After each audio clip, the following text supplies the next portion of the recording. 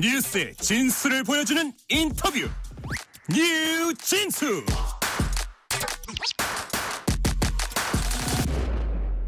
지난해 우리나라 결혼 건수는 19만여 건으로 집계됐습니다. 10년 만에 40% 급감한 수치입니다. 그런데 통계청 조사 결과 정년기 남녀 모두 가장 큰 부담으로 꼽은 건 바로 돈 문제, 다시 말해서 결혼 자금이었습니다. KBS 탐사보도부 신수빈 기자와 함께 결혼을 기피하는 사회, 우리 결혼 문화의 현주소 되짚어 보겠습니다. 신수빈 기자 어서 오세요. 안녕하세요. 참 의미 있는 취재했어요. 그냥 눈에 쏙 들어오네요. 먼저 실태부터 살펴보겠습니다. 이른바 웨딩플레이션, 웨딩 플러스 인플레이션이라는 신조어가 생길 정도로 결혼 비용이 그렇게 많이 뛰었다고 합니다. 요즘 평균 결혼 비용 얼마로 조사됐습니까? 이 한 결혼정보업체가 기혼 남녀 1,000명을 대상으로 조사한 평균 결혼 비용은 3억 474만 원입니다. 3억이 넘어요? 네, 여기 집값이 2억 4천여만 원이고요. 예. 집값을 제외하고도 예단 예물을 합쳐서 1,000만 원, 스튜디오 드레스 메이크업을 합친 이 스드메가 500만 원이 넘고요. 예. 집값을 빼고도 6천만 원 정도를 결혼식을 위해 투자해야 하는 겁니다. 이 한국 직장인 평균 연봉보다 2천만 원이 넘는 금액입니다. 이야, 엄청나군요. 자, 그러면 물가가 오르면 이제 가격은 뛰는 게 상식이겠죠. 근데 왜 이렇게까지 올랐을까요? 이 예식장을 하나 예를 들어보면요. 네네. 코로나19 여파로 5년 새 200여 곳이 넘는 예식장이 사라졌습니다. 이 수요는 그대로인데 공급은 줄다 보니까 가격이 올랐는데요. 지난해 전국 예식장 한 곳당 평균 매출은 전년보다 23.8%나 증가했습니다. 근데 이 웨딩홀이 가격을 올리니까 다른 부대 업체에서들도 같이 가격을 올리는 겁니다. 관련된 업체들이 또 있잖아요. 네. 그죠? 뭐 이 정도 웨딩홀에서 하시니까요, 신랑님 이 정도 드레스 입으셔야죠 하면서 가격을 그대로 올리는 겁니다. 이 오늘 결혼하는 것이 가장 싸다는 말이 나올 정도입니다. 어차피 계속 가격은 올라가니까 네, 그렇죠. 오늘 결혼하는 것이 싸다. 빨리 해라. 네, 빨리 그리고 해야 딸이 합니다. 이제 저 자고 오면 하지 말고 우리 저 가게에서 해라. 뭐 이런 거네요. 네, 그렇습니다. 자, 그러다 보니까 자, 결혼을 하지 않는 이유 중 가장 큰 이유가 결혼 자금이 부족해서라는 얘기 이제 공공연하게 돌고 있습니다. 이에 대한 조사도 이루어졌다고 들었습니다. 그 실태 어떻습니까? 이 KDI 국제정책대학원 인구정책실의 한국인의 가족 및 결혼 가치관 조사에서 이 결혼을 하고 싶냐는 질문에 대해서 남성의 65.7%, 여성의 47.3%가 그렇다고 대답을 했는데요. 막상 주변 보면 또 결혼하는 사람은 없잖아요. 네네. 그럼 도대체 왜 결혼을 안 하냐? 그래서 통계청 조사를 보면 그 1위로 결혼자금 부족을 꼽았습니다. 이 집뿐만 아니라 이렇게 부대 비용까지 많이 들어가는데 결혼을 선택하는 건 쉽지 않은 일이죠. 네. 자, 근데 만약에 이제 결혼을 결심해도요, 그 뒤가 더 이제 문제입니다. 사실 이제 뭐니 해도 머니가 문제네요, 이거.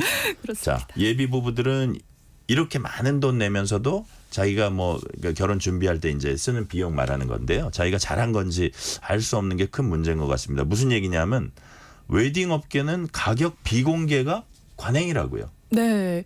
온라인은 물론 유선상으로도 알 수가 없어서 여기 왜 자기네만 왜 그래요? 관행이라는 이유로 직접 찾아오라고 하는 겁니다. 2020년 통계청 조사를 보면요. 온라인에 세부 가격을 표시한 웨딩홀이 단 8%에 불과할 정도인데요. 예. 더욱이 가격이 또 천차만별입니다. 제가 직접 가서 알아봤는지 아니면 웨딩 전문가죠. 이 웨딩 플래너와 함께 갔는지 박람회를 거쳤는지에 따라서 가격이 달라집니다. 그 시가처럼 달라지기 때문에 예비 부부들은 정보 비대칭에 빠질 수밖에 없습니다. 네. 아니 우리가 이제 상식적으로 보면 동네에 식당이 2개만 있어도 훨씬 우리가 이제 그 식사의 질이라든지 가격이라든지 이렇게 할 수 있고 3개면 더 좋고 그런 거거든요. 근데 아무리 서로 경쟁하는 업체가 많아도 서로 이제 그 가격이나 이런 게 비공개다. 일종의 약간 담합 같은 느낌도 드는데 뭐 그런 게 만약에 있었으면 공정거래위원회가 했을 것 같기도 한데 그 얘기는 이제 나중에 하고요. 자, 그렇다면 예비 부부들은 이제 툭하면 붙는 추가금을 지적을 하고 있어요. 네. 스튜디오 촬영, 웨딩 드레스, 화장. 아, 이게 스드메군요. 스드메 네. 삼총사. 스튜디오, 웨딩 드레스, 메이크업, 코스메틱, 화장. 메이크업. 화장. 네. 아, 메이크업의 준말이군요. 네. 스드메 삼총사. 그렇게 추가금이 많이 붙는다고 하는데, 자, 더 좋은 드레스, 한복, 양복 입기 위해서 어느 정도 추가금 이제 붙을 수는 있겠지만 어느 정도길래 이렇게 예비 신랑 신부들이 한숨을 쉬는 건가요? 혹시 그 퍼얼레라는 말을 들어보셨을까요? 퍼얼레? 아니 스드메도 있는데 또 퍼얼레도 있어요? 네, 퍼얼레는 뭐를 퍼오는 거 아니에요? 이렇게? 그거 아니구나. 아닙니다. 그 예비 부부들은 다 아는 말인데요. 이 예. 퍼스트웨어 처음 입는 드레스는 추가금 100만 원 내셔야 되고요. 예. 얼리 스타트, 레이트 스타트라고 해서 일찍 화장을 받거나 늦게 화장을 받으시려면 다 추가금이 듭니다. 이렇게 줄여서 퍼얼레라고 부르는데요. 이렇게 여러 명목으로 추가금이 적게는 10만 원, 많게는 뭐 30만 원, 100만 원, 200만 원 이렇게 넘게 붙는 겁니다. 디자인에 따라서 프리미엄입니다, 블랙입니다, 골드입니다 이런 식으로 네. 200만 원이 금세 넘어가니까 예산보다 훨씬 더 많은 금액을 쓰게 되는 겁니다. 야, 내 진짜 퍼스트웨어 처음 입는 드레스 이것도 퍼얼레도 그렇지만 얼리 스타트, 레이트 스타트에서 화장을 자기네가 하루 종일 하는데 조금 일찍 받으면 2, 30만 원 더 받고 좀 결혼식이 좀 늦을 수도 있잖아요. 네, 그렇죠. 그날 시간이 늦게 받으면 더 받고 이거는 정말 요만한 틈만 있어도 돈을 뜯어내는 구조군요. 네, 그렇습니다. 갑자기 화가 나는데. 자, 그렇다면 예비 부부들로서는 이제 한 번뿐인 결혼식이라는 업체 부추김에 돈을 쓸 수밖에 없다고 이제 말하고 있어요. 네. 터무니없는 요구를 하는 것도 많죠. 근데 드레스 대여점을 예시로 들어보면요. 5에서 10만 원 정도를 시착비를 냅니다. 웨딩 드레스를 입으려고요. 그러면 이게 나한테 잘 어울리는지 확인하기 위해서 사진을 찍지 않습니까? 네. 근데 사진을 찍을 수가 없고 대신 그림을 그리라고 말합니다. 그림? 네, 사진은 느낌을 담아낼 수가 없기 때문에 그림으로 느낌을 좀 구현하라는 겁니다. 왜 그러죠? 왜 사진을 안 하고 그림을 그러는 이유는? 명목상으로 느낌을 담아낼 수 없기 때문입니다. 아, 그래요? 네, 이런 식으로 어처구니 없는 요구를 하는데요. 어처구니 없네요. 이게 다 관행이고 거의 대부분 이렇게 진행을 하고 있습니다. 또 웨딩홀에서는 착석 가능 인원보다 많은 보증 인원을 요구해서요. 결혼식장의 규모가 아니라 업체 측의 최소 보증 인원에 맞춰야 합니다. 이 착석 가능 인원이 200명인데 300명이 넘는 인원을 보증 인원으로 요구하는 겁니다. 부모님 하객분들은 결혼식을 안 보니까 괜찮습니다. 밥 드시러 가세요. 이런 대답이 돌아오거든요. 이런 식으로 뭐 곡당 5만 원을 더 내면 결혼식 입장곡을 바꿀 수 있습니다. 이런 저희가 생각했을 때는 좀 상식적이지 않는 요구들을 하는데도 결혼식장이 부족하니까 예약은 1년치가 꽉 차 있는 실정입니다. 야, 예비 신랑 신부 즉 소비자들을 완전 봉으로 보는 그런 약간 업계 관행이 있나 봐요. 자, 제가 지금 막 문자들이 쏟아져 들어오고 있는데 그중에 대표적인 거 제가 읽어드릴게요. 강경호 씨가 결혼 자금 부족 실감합니다.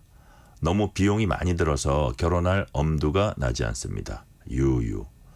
7233님. 결혼 못하는 사회는 부동산 가격 고공행진 결과입니다. 나라 발전의 족쇄라고 봐요.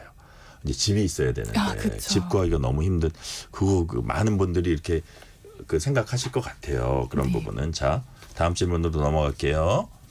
이렇게 이제 정보 비대칭 막 그 비공개가 아까 관행이라 그랬잖아요. 가격 네. 비공개. 그러니까 우리가 뭐 서로 비교해 가지고 어디를 가고 그렇게 되면 우리가 훨씬 더 양질의 가성비 좋은 데를 갈 수 있는데 그게 지금 이 웨딩 업계에서는 안 된다는 거잖아요. 네, 맞습니다. 그죠? 자, 이렇게 정보 비대칭에 시달리다 보니까 그렇다면 이런 사람의 도움을 받으면 더 나을까 해서 가는 게 결혼 전문가인 웨딩 플래너입니다. 웨딩 네. 플래너 이제 찾는데 함께 결혼식 준비 이제 해주시는 분들이라고 볼 수 있는데 이분들 찾는 게 해결책입니까? 또 그것도 아닙니다. 그거 아니에요. 큰일 났네. 네, 또 왜 들여다보면 그렇죠? 소비자 입장에서는 두 공급자를 맞닥뜨리다 보니까 오히려 더 큰 피해를 입을 수도 있습니다. 이 플래너들이 웨딩 업체와 연결을 해주면서 중개 수수료 즉 수고비를 받는데 너무 과한 수고비를 요구할 때가 많은 겁니다. 거기도 또 강적이군요. 네, 어렵게 만난 현직 웨딩 플래너에 따르면 예복, 예물, 한복, 본식 스낵, 본식 DVD 뭐 중간중간에 저희가 아는 것들은 다 수고비가 들어가 있어서요. 이 한 팀당 스드메 아까 말씀드린 스튜디오 촬영, 드레스, 메이크업 관련해서만 많이 붙이면 100만 원도 넘게 붙이는데 이 회사에서도 많이 붙이면 그걸로 영양이라고 생각하고 바가지를 씌웠다고는 절대 생각하지 않는다고 합니다. 이 월 1,000만 원 찍어봤어? 이런 질문이 플래너들 사이에서는 능력의 지표 같은 게 됐다고 해요. 그래요. 심지어 회사에서는 신랑 신부와 같이 동행을 나가는 걸 필수로 시켰는데 그 이유는 예비 부부와 친해지면 수고비를 더 붙여도 그냥 좋은 게 좋은 거다 하고 넘어가 주기 때문이라고 합니다. 웨딩 플래너. 그러니까 조금 좋은 소개를 받아서 가성비 좋게 이렇게 한번 해보려고 그랬는데 그렇죠. 거기다 또 비용을 지급해야 된다. 그런 말씀이시죠? 네, 맞습니다. 자, 전문가를 찾아도 뭐 또 잘 모르니까 이제 잘 모른다는 건 이쪽 이제 처음 결혼을 하는 사람 입장에서 잘 모르니까 어떻게 보면 당할 수밖에 없다는 건데 추가금의 이유도 웨딩 플래너에게서 찾을 수 있다. 뭐 이런 말이 있더라고요. 이건 또 무슨 얘기입니까? 이 웨딩 플래너에 의지하는 신랑 신부들이 많다 보니까 네. 웨딩 업체들은 플래너들을 홍보 수단으로 활용하는 겁니다. 가격을 낮춰서 웨딩 플래너에게 전달을 하는 거죠.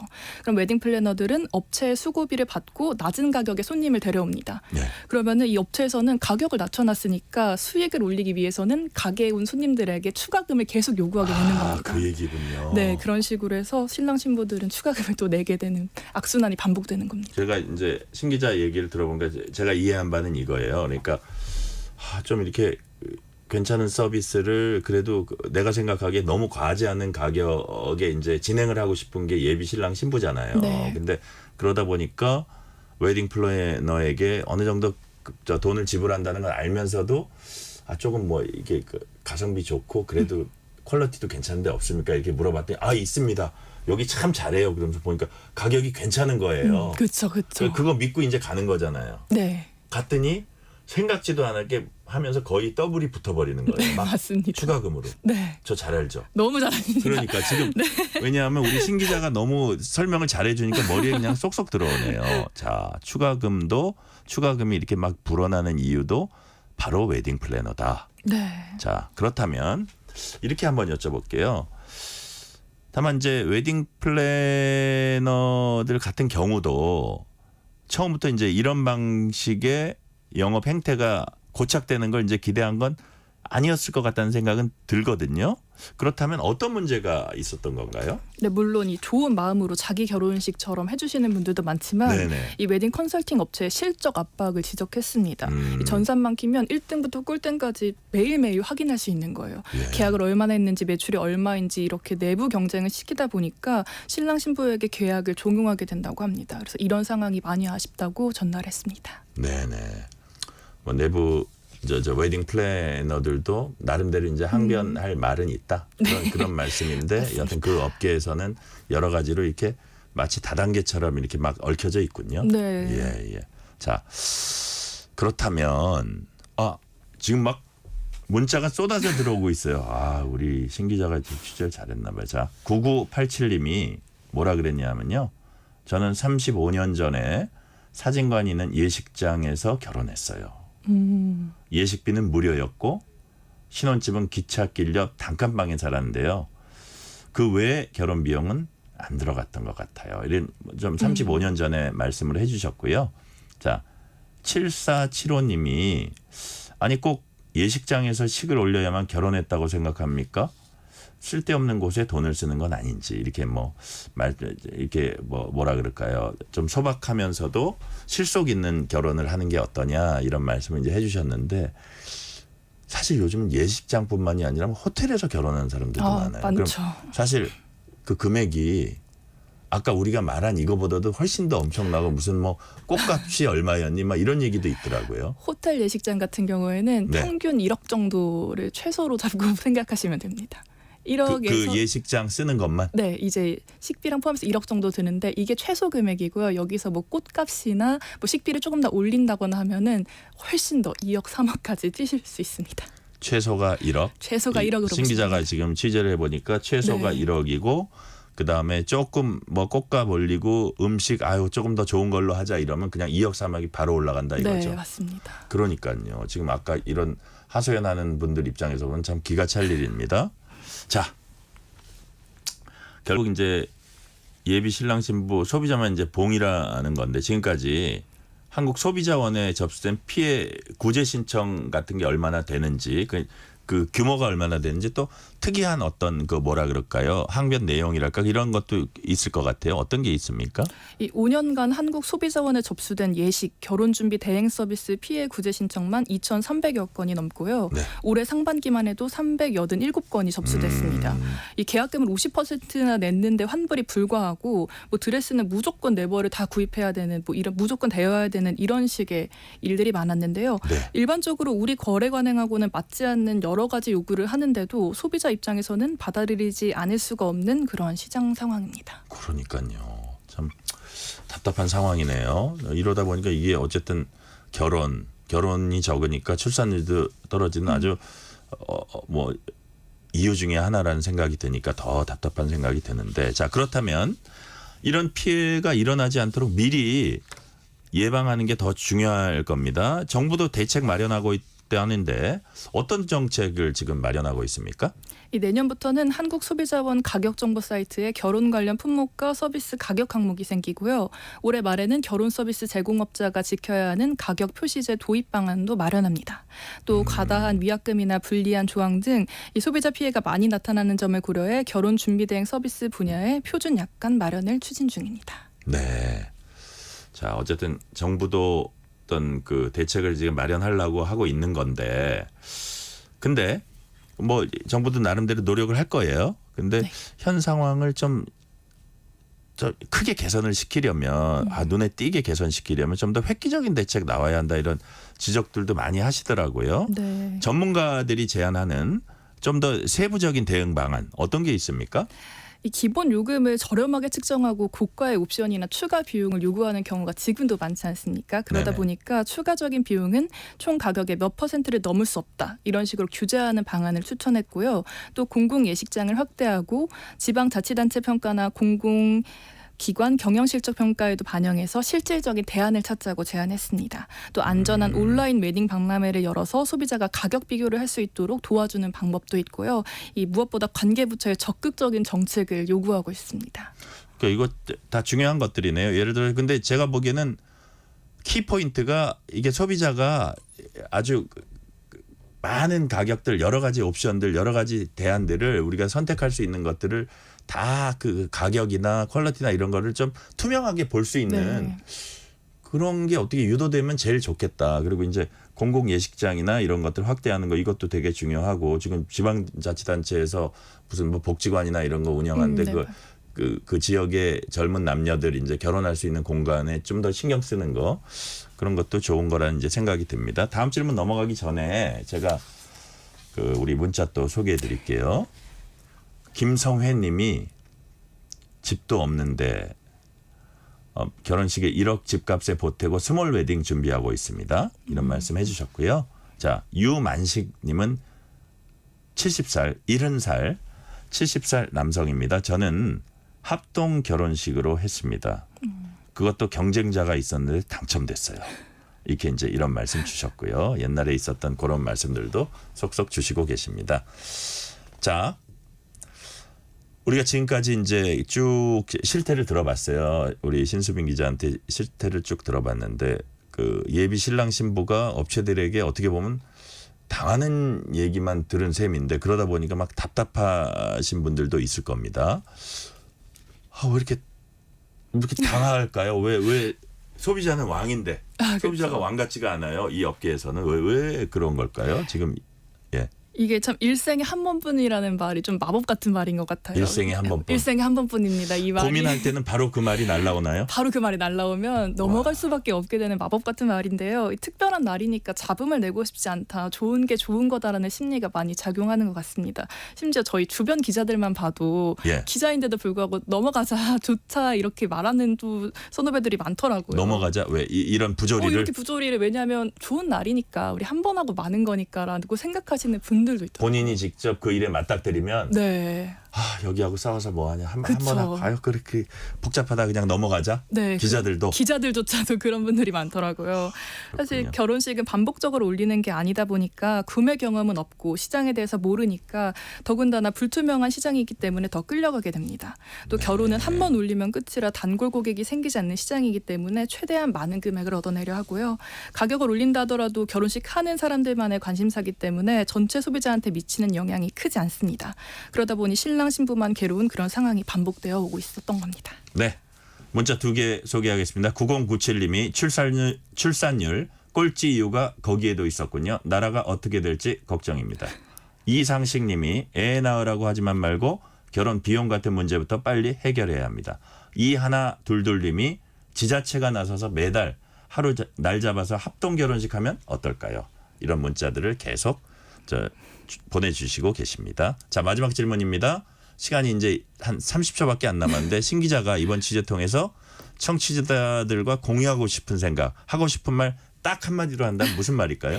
이게 사실 많은 분들이 또 청취자분들께서 예비 부부들을 줄일 수 있는 거 아니야? 허세 네. 부리는 거 아니야라고 분명히 생각하실 수 있을 텐데 주변에서 이 정도는 다예요라는 말에 청년들이 다 넘어가고 있습니다. 너무 또 안 좋게만 생각하지 마시고 청년들의 고민도 같이 공감해주고 고민할 수 있는 시간이 되었으면 좋겠습니다. 네, 아주 잘 들었습니다. 신수빈 기자가 심층 취재 보도한 시사기획 창 우리의 험난한 평균 결혼식, 이 프로그램은 KBS 홈페이지나 유튜브 채널 통해서 다시 시청하실 수 있습니다. 지금까지 신수빈 KBS 탐사보도부 기자였습니다. 신 기자 고생했어요. 고맙습니다. 네, 뉴스레터 K 1부 순서 여기서 마치고 2부가